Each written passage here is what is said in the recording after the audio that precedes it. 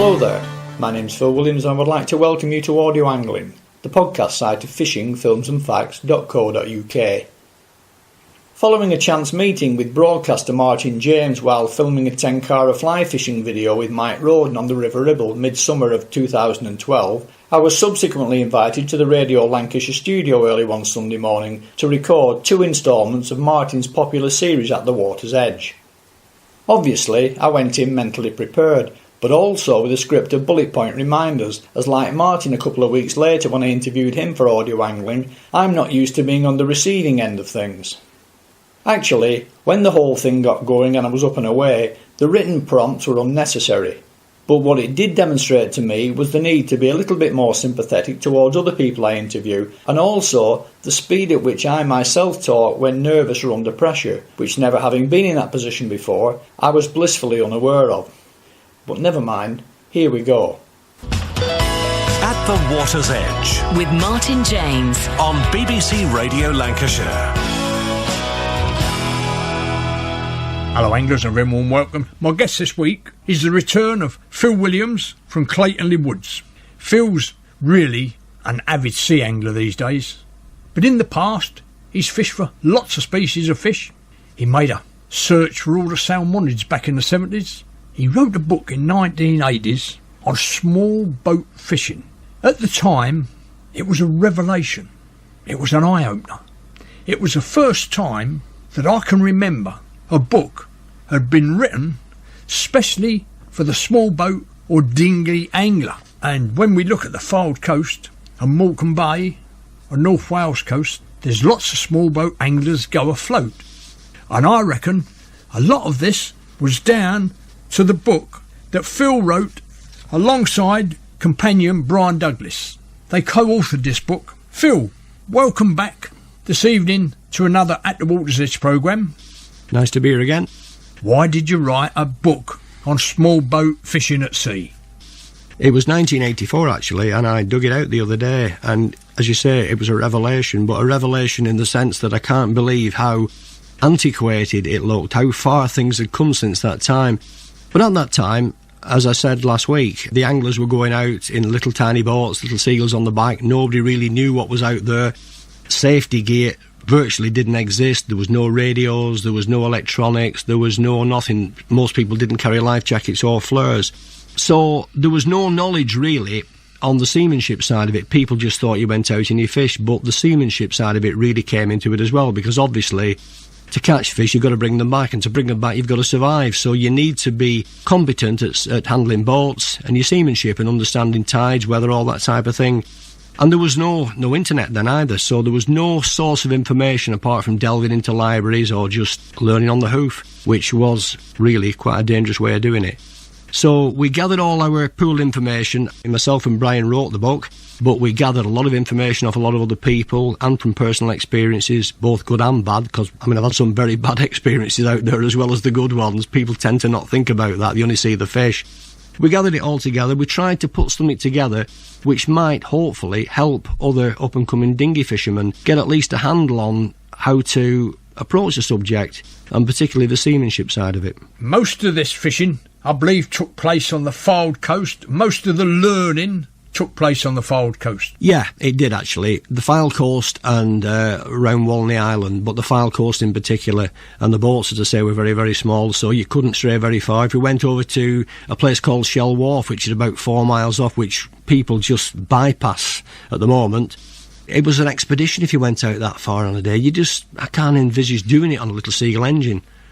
Let's look at the dinghies and the engines that you were using in those far-off days of the 1980s. Seems strange talking about far-off days, but there's been such a dramatic change in safety at sea and boat construction and engine quality that I suppose we can say in those far-off days. Well, predominantly the boats back then were displacement boats, and if you saw a 16-foot length displacement boat, that was a biggie. Probably 14, 13, 12, even 11-foot boats were used out there. They were little tiny things, and there was no safety features with regard to buoyancy inside them. If they filled up with water, they sank. It was as simple as that. Open boats, no cuddies on them, Cuddies came in part way along our journey, but just small open boats, very, very dangerous boats. People say, oh, well, the seaworthy boats, they roll like pigs, they're horrible things, they're very, very slow.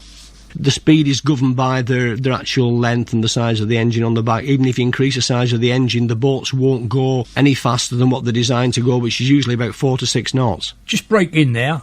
What's a cuddy? A cuddy is one of these little sort of pram hood fiberglass cabins on the front that it's not got doors on. You don't sort of go inside it like a cabin, you just sit under it. So you get a bit of shelter when you're fishing. They did exist in theory, but most people didn't have them back then. It was just little tiny open boats. Very cold, very bleak, bad handling. But very, very lightweight because there were no tractors on the beach. People didn't have four-wheel drives. It was all handballing up and down. We used to meet at the 5-bar gate at Cleverley's, maybe several of us with the dinghies, and launch all the boats one at a time, everybody pushing the one boat to the water's edge and dragging it back because that's all we could do. No tractors, no winches. It was body power. No roller coaster trailers for centralising the thing. A wave would come and pick it off and slam it down on the axle. No galvanising, or it was available, but it was very, very rare. You couldn't afford to do it. You'd paint your trailers, but you only paint them on the outside when the rust would come on the inside, and the damn things would rot away from the inside, and one day, all of a sudden, whoosh, gone. So you've described the boat in pretty good detail. I'm feeling cold and wet already. What about the engines? The dominant engine was the Seagull engine, and everybody says, oh, the Seagull engine's fantastic. They had them at Dunkirk and they got buried in the sand and they dug them up and reconditioned them and blah, blah. They were horrible things. Horrible things to start at times. They were horrible things to keep going. Little tiny short-range fuel tanks on them. No, they don't bear any resemblance to what we've got today. People coming into it today just do not realise the hardship of those early days, I tell you. So we had these unsafe boats and these inferior engines. What about the tackle? One thing I would add there, we had all this inferior equipment, this terrible, terrible stuff, but we also had fish, which we don't have today. We had a lot of good fish. But anyway... You had wonderful cod fishing in those days, where you had a realistic chance of not catching a £20 cod, but a £30 cod. Well, I started seriously dinghy fishing off the Phill coast in the mid-70s, and between then and the mid-80s, that 10-year span... The fishing was just unbelievable, the cod fishing. But what a lot of people, they put the rose-tinted glasses on and they don't realise that there were not a lot of cod. There was a lot of big cod, a lot of good cod, but not a lot of cod. You could go out there and you could blank, you could not get a bite all day sometimes, but when you did get a bite, you had a very realistic chance of it being a double, a 20, 30, even bigger. Then you had good ray fishing. Many people call them skate, but they're not skate, they're rays. Yeah, the thornback rays off the Lancashire coast.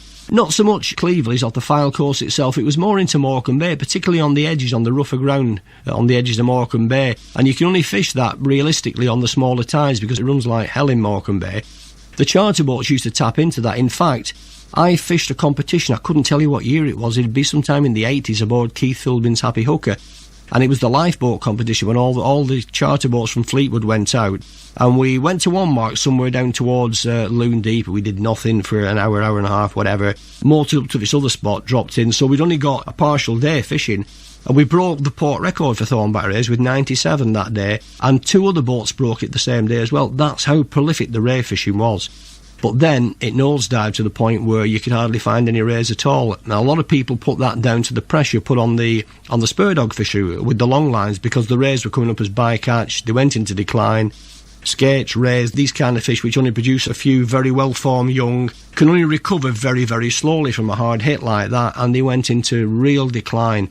The last, I don't know, maybe 4 or 5 years they've started coming back, but not to their old traditional haunts. I suppose one of our prolific fish back in those early days, the 80s, was the plaice. I was going out there catching plaice off of Walney Island with spots as big as £5 Yeah, Ernsey Bay, yeah, Walney Island. We used to trail the boat up, though the fishing was that good we couldn't sail across, obviously, with a plodding boat like that. It would have taken us days to get there and back. So we used to trail around and launch there, and we'd just go out very, very, very close in, very shallow water on the edge of the banks. I remember one trip with a chap called Mickey Mears. I can't remember the other lad who was in with us. I think it was a lad called Irving. No, I can't remember. But anyway, we fished there. We didn't fish a full tide because we would dig bait at low water, as much blow lug as we could get into the boat, get into the bay and get fishing there. And we'd 530 in a session. That's how prolific it was. You mentioned blowlug. What is blowlug?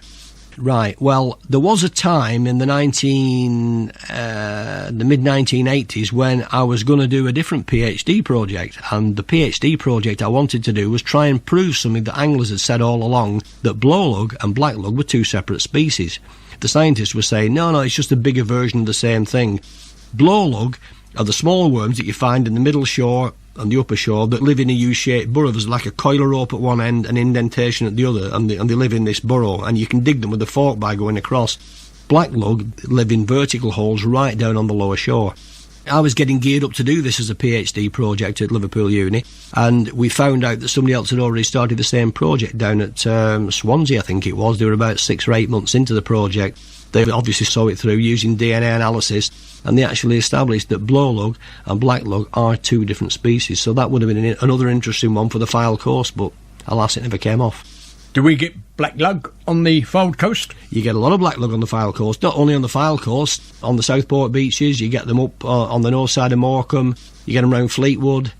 Most of the people these days pump them, but when we first started, it was all spade digging them with these specially modified spades, where the bend in the end of the spade, where the shaft went in, was straightened. The spade was cut maybe 3 or 4 inches wide and about 6 inches long, up to your armpits, chasing worms down a hole in winter with your sleeves rolled up, freezing cold.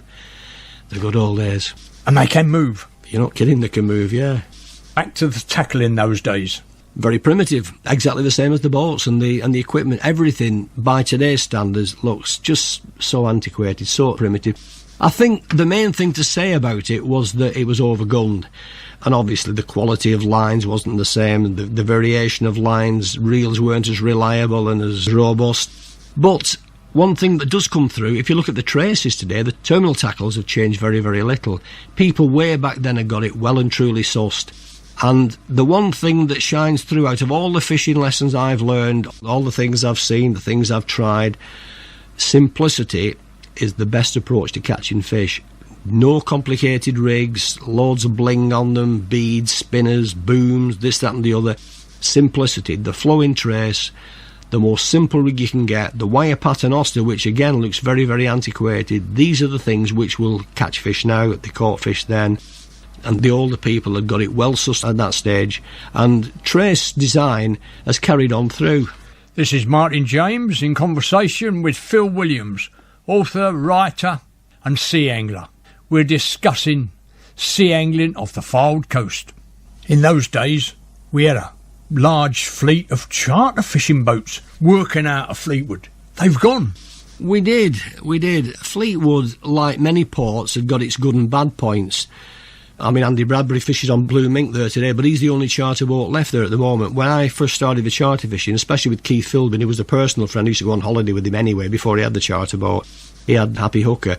When I fished it there'd probably be about a dozen charter boats, mainly working at weekends, because obviously people were working during the week. It wasn't that attractive. The plus points of Fleetwood were that you got a certain amount of shelter, you could fish on the small tides in Morecambe Bay on a prevailing southwesterly, you got shelter from Russell Point, you could tuck in somewhere.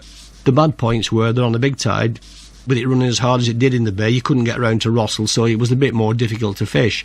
There were plenty of fish there, plenty of rays, and it was thriving. But what happened, well, in my opinion anyway, was that in the recession years, people put their priorities obviously forward, and it had to be paying bills, eating, not going charter fishing, and it went into a gradual decline and never recovered. No, and as you say, there's only one person now doing charter fishing, which is a pity because it's very, very popular at one time, wasn't it? I remember when I first moved up to the northwest and I went across to Fleetwood and there were all these boats lined up. I remember many, many, many interesting trips out with Gordon Wilson and Wandering Star, and Gordon would phone me up sometimes. I said, "What are you doing tonight, Martin?" "Not a lot, Gordon." "Why don't you come across?" He said, "and we'll go out for the night." We'd go off fishing for the night, come back probably lunchtime the following day, and he'd serve up some good meals, a steak and chips and all the rest of the food that we anglers liked, but we don't eat nowadays because it's not healthy. I look back at them days with happiness, because I always felt there was a lot of fish, and you talked about the place fishing. the place fishing was absolutely brilliant. You talk about up-tide fishing. When I first come up here, nobody done up-tide fishing, but I'd learnt my up-tide fishing down in the Thames estuary back in the 50s. How we came about using up-tide fishing was fishing off a Sheerness one day, and the tide was strong, we couldn't hold bottom, there's a lot of cod about, but we had to get the bait on the bottom, as you know. And I said to my mate, I said, let's cast up-tide like we do when we're fishing the Hampshire Avon. We fish upstream, let's try it here, and we did. And it revolutionised our sea fishing after that. Instead of using 8 ounces, we got away with 3-4 ounces. We caught a lot more fish as well. And when I come up here, everybody wanted the stern spots. I'd go up the bows. I'd be out of the way and I'd catch fish. And it really did, as you say, completely change the face of angling. We got to use lighter tackle, lighter lines. Tope fishing today, as you say, 15-pound lines, lighter rods, smaller multipliers. We get great fishing. But of course, in every port around the country, there's anglers that make a name, and some are characters. Around the Fleetwood, Blackpool, Morecambe Bay areas, there are some well-known names. Some are still with us, some have sadly passed on. Bob Gledhill was one of them. I never actually fished with Bob. Being a small boat angler, you tend to always fish with a couple of friends, talk to people on the top, you talk to people socially, but never actually talked to him in the fishing situation. So I knew Bob, I knew him quite well. He was, how can I put it, very dry. Hard to interpret sometimes. A lot of people didn't always interpret him the right way, but he had a really good sense of humour under. He was very good-hearted, he was a very good angler, and I actually liked being in his company, to be honest with you. I found him very amusing. Who were some of the other anglers? On the dinghy side of things, as I say, we didn't actually mix, but of the lads I did fish with in the small boats, Keith Philbin was one of the main people because he was actually building a dinghy when I first got to know him, and he went on to build Happy Hooker, the charter boat, and Sarah Jane, and we dinghy fished off Ross, so we learned a lot. Both of us learned a lot in the very early days because we'd never fished it before. Then we met up with a chap called Mickey Mears who was fishing off Walney Island, another dinghy lad. Teamed up with him. I learned a lot on the place fishing and the other types of fishing, the summer cod fishing from Mick. He was a very, very good angler, always caught a lot of fish. But the person who probably caught in the small boats disproportionately more fish than he was entitled to, which was always a bit of a rub in the wrong direction, was Brian Douglas. And some of the boats he fished out of, well, they were small to say the least. He'd be out there, all kinds of weathers, and he was fishing very, very simple, just flowing traces. We'd come in sometimes and people would say, why have you changed your trace on your rod? Well, we haven't changed the trace on the rod. You couldn't have caught those fish on that. Just a simple length of a nylon flowing trace, and there'd be big fish all over the bottom of the boat. As you said earlier in the programme, Phil, keep it simple. Absolutely keep it simple. I think a person that deserves a lot of credit in the northwest is a chap called Frank B. Now, Frank B was a commercial fisherman who, in the I'm not sure if it was the late 70s, it'd be in the 1970s, had decided to buy a charter boat and do a bit of charter fishing based on all the knowledge he got of Morecambe Bay. Frank's the chap who opened up all the ray fishing in Morecambe Bay, developed all of that, and then he turned to dinghy fishing and joined our dinghy club. And it was a chap called Mark Miller, a young lad on his first trip, I believe, with Frank. Frank had lent him the gear and the bait, who got the 42-pound Northwest record cod. Again, you don't have to be an expert. No, and that's right, and this is the beauty of angling, whether it's freshwater angling or sea angling. The person that's never been fishing before can go, cast out, and hook a giant. They can indeed, but I mean, behind that hooking of a giant, there's a lot of know-how from Frank with setting the gear up, getting the boat in the right place, telling him what to do. So it wasn't all Mark's doing, but he gets the credit. Frank B was the voice of fishing up on that Fylde coast and up through Morecambe Bay. I actually did an interview again with Frank for a podcast for the site last year. I think he must be 86, 87 now. He's as sprightly as you'd ever wish to be for that age, cycling round all over the shore. But yeah, he's the chap. And for some reason, he's very, very optimistic that the cod are going to come back. I don't know what he bases that on, whether he's hearing things on the grapevine. And to a certain extent, Andy Bradbury, who's the skipper of Blue Mink out from Fleetwood currently, he's very optimistic that the big cod are going to come back, but we don't see any signs of it. Now, I'm going to pose a question to you now, Phil. You may be able to answer it. If you can't, you've probably got some thoughts on it. What effect on the sea angling do you feel that the wind farm out in the Irish Sea will have on the fishing? Can't base this answer on factual information from the one off the Phill coast, but I've got some anecdotal evidence of bad effects for the one just off Rhyl. Tony Parry, the skipper there. Tony, in the early part of the season, fishes for big taupe in one particular gully where they run, and the wind farm has run its cables up this gully for convenience, back onto shore, and the electromagnetic fields emanating from the cables, let me explain. Sharks and rays detect prey by picking up the minute electrical signals from the heartbeats. They can detect the prey on that basis. So anything else that interferes with that stops the feeding. Predation out the window. And the taupe that ran this gully have stopped and moved elsewhere. So I'm presuming this is going to be a similar thing. Electromagnetic fields emanating from the cables are going to push fish away. And experiments have shown that some of the fish species which are pushed away are things like plaice, eels, cod, and obviously all the sharks and rays. They cannot deal with it. They cannot hunt when these signals are coming out of the cables. So something needs to be done on that. We've now on the Phill coast got some very, very efficient small boat angling clubs. What's the advantage of joining a small boat angling club? Well, it's not so much an advantage as a necessity, really, because, and I actually tried this as an experiment recently, I contacted Sefton Borough Council on the Southport side. I contacted the 3 councils on the Phill, that's Blackpool, Fylde and Wyre, and to put a small boat in with a private vehicle, a 4-wheel drive vehicle crossing the beach, you've got to get a permit off them, you've got to have insurance, you've got to have an RYA Powerboat Level 2 handling certificate. One of them also wanted us to write a risk assessment. I said, well, have you not got a copy of a risk assessment that we can use as a generic risk assessment? No, we want you to think about it and write your own risk assessment. I've done them before, but most people haven't. They'd be stumped. What they're doing, because of the age of litigation, they don't want people on that beach towing things that might injure other people. Now, what happens is with boat clubs, you've got to have all the same stuff, the insurance, the RYA, RNLIC check, who come and check all your safety equipment every year to make sure it's all in date and it's all there. You've got to have all that for the clubs as well as you would for the local authorities. But the actual risk assessment side and the handling side is taken as read when you're in a club. So it's come to the point where you've really got to be in a club to get any chance of getting on the beach. Plus, of course, they've got the tractors for launching the boats. So I presume these clubs will help a beginner learn all about seamanship and boat safety and everything before they become a member. Not in a practical sense. They don't sort of sit you down and talk you through it or anything, but if you want advice and help, there's plenty of people to give you that advice and you can look and learn. What I will say, because I actually worked on this, was Blackpool Boat Angling Club down at Squires Gate. We did a video, I actually filmed it for them and edited it for them, on the boat handling and the safety aspects and the safety equipment, which is handed out to every member. The other clubs don't do that, and I'm not criticising the other clubs for not doing it. I'm just saying that this is a matter of fact. Today, our small boat angler is more safety conscious.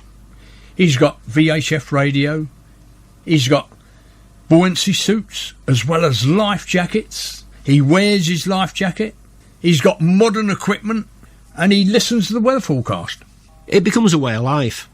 Yeah, all that happens. It's got to happen. You don't have a choice. You've got to carry all this equipment because you're checked every year by the RNLI. I always feel that if you go out in a boat without a life jacket, you're being an idiot to yourself and you're not caring about your family. Well, I can't swim, so I will agree with that. I can't swim a stroke. Phill Williams, have a good week's fishing, tight lines you all, and bye for now. BBC Radio Lancashire. Simply great radio.